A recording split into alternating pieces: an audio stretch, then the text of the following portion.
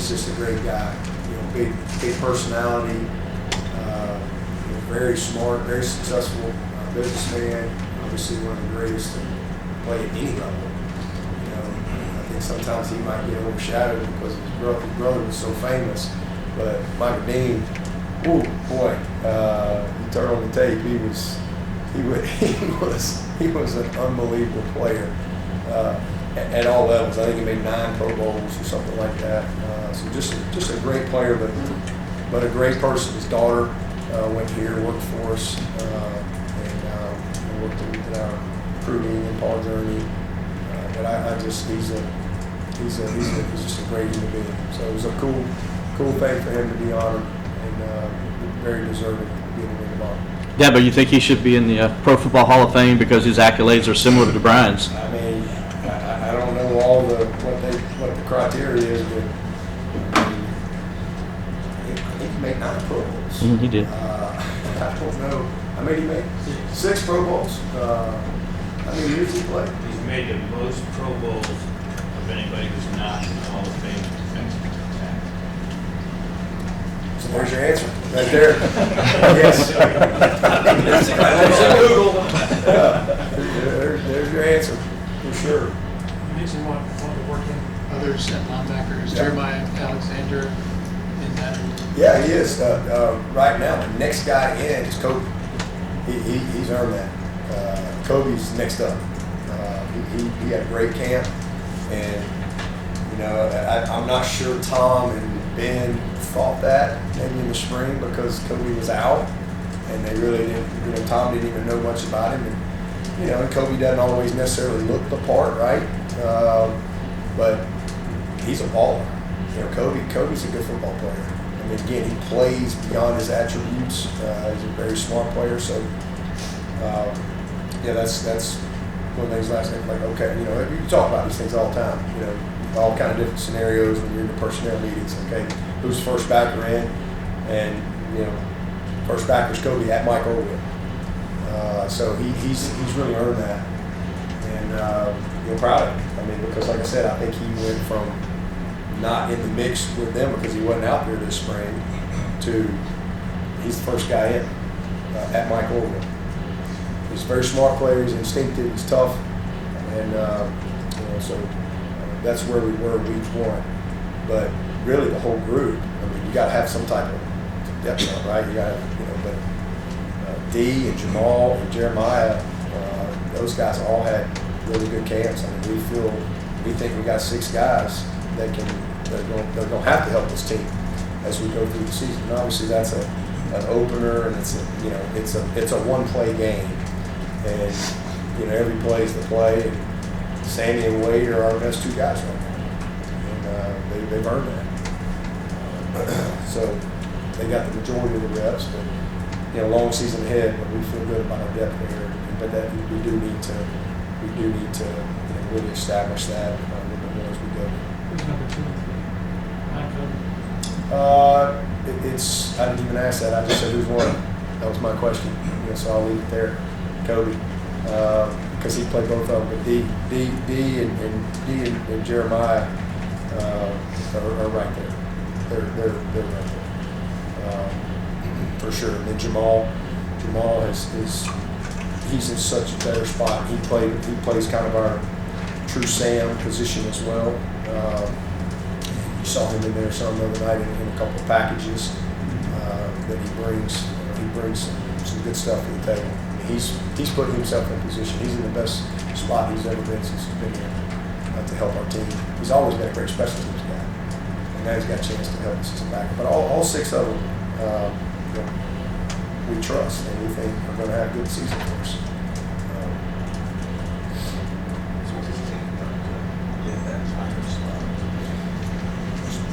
Put it on tape. Won the job in practice. Just most consistent performer. That's it. Tough competition, but he just earned it. Just had the performance in practice every day. What done is giving $1 million of his payback to the school and other purposes. Do you think that will start a trend?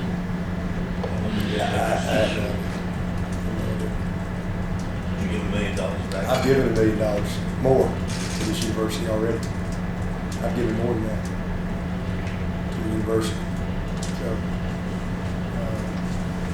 did that a long time ago, before I was making a lot of money too. So, I hope I've always given back to this university. Hopefully I've given more than I've received in my 17 years as head coach here. Some things you can quantify, some things you can't. Hopefully, I've given a lot. Given a lot to the community, use our platform in a lot of ways to make a difference. Tristan said, just looking back, was there any reason you didn't get in and feel like you get the more mixed up with that? It's a one-play game. I mean, just rolling with the best guys. I mean, DJ Moore and Wesco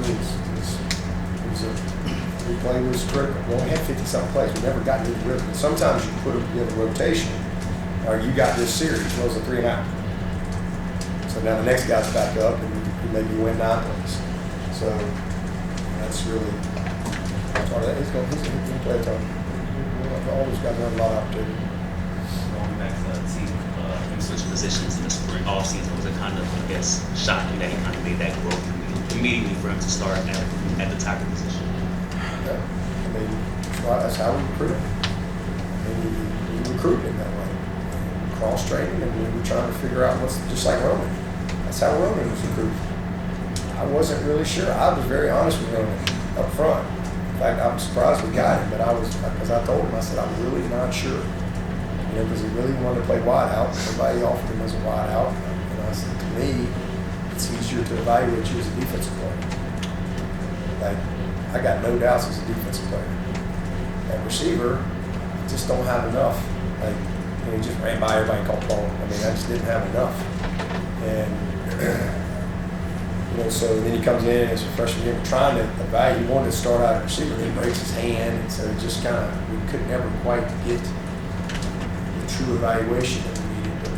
And then he was limited some in the spring, and then he just finally get through that camp. I just like, this guy's not in the right spot. I've coached receivers my whole career, and I'm like, and I hated it because I felt like we needed the spring to really get the evaluation because he couldn't really, do what we needed to do as a freshman. But he's in the right spot. We got it right, and that's just part of our job. Team's the same way. Team's recruited that way. Like you can cross train him and we'll play both, and we got to figure it out. And it just became obvious that. And then when Tom came in too, it was like, all right, we really want to, because he learned everything at receiver, and I felt really confident with him at receiver. And he's turned in he'd help us at receiver if we needed him. And so last year he trained at receiver and cross trained at DB. So I went into the spring saying, all right, I want him to be a DB. I'll cross train him as a wide because he knows the wide. And I wanted Tom to really get a good evaluation of him. And he just, they love him. I mean, he just took to it. And we still cross trained him in the spring. We cross trained him early in camp, and we feel good about where we are now. Again, if we have another injury or something, then he's the guy that's got to give out that kind of swing. So I'm happy for him. I'm proud of him. He's a redshirt sophomore, and he's a football player, and that's why we signed him. We signed him because we thought he was a good football player. And good football players find that love the game and have toughness and passion and willing to do what it takes. They find their way on the field. And Team's one of those guys, and Roman's one of those guys.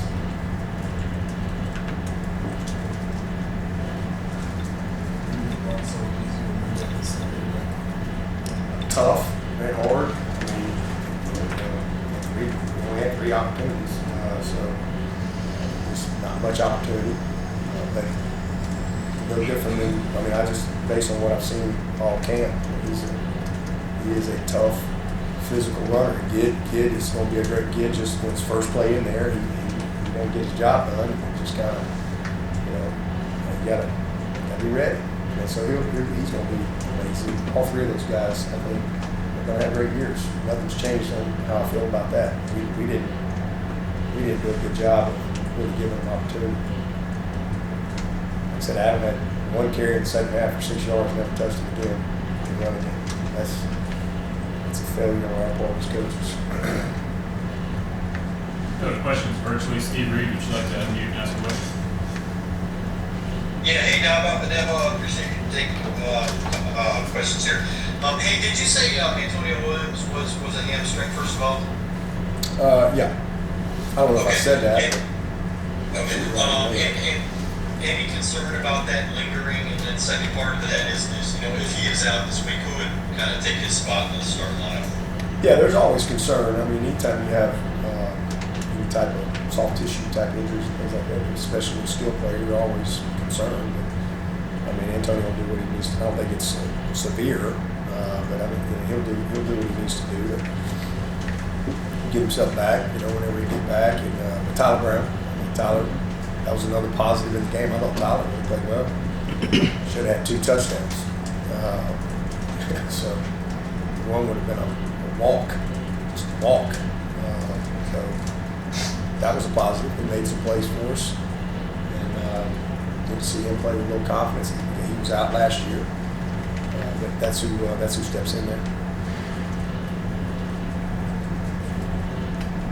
Any other questions in the room? Inside of 20 minutes in the fourth quarter, you called your second timeout about 2.5 ago, and then after the third down play, didn't call the last timeout. What was kind of the thought process there? Say that again. So, about We wasted 2 2:35 timeouts in the early back. We called play one, so we screwed it up. And again, first game coaching, we called it wrong. Had to call 2 timeouts. That's unacceptable. So that was wasted 2. The third one.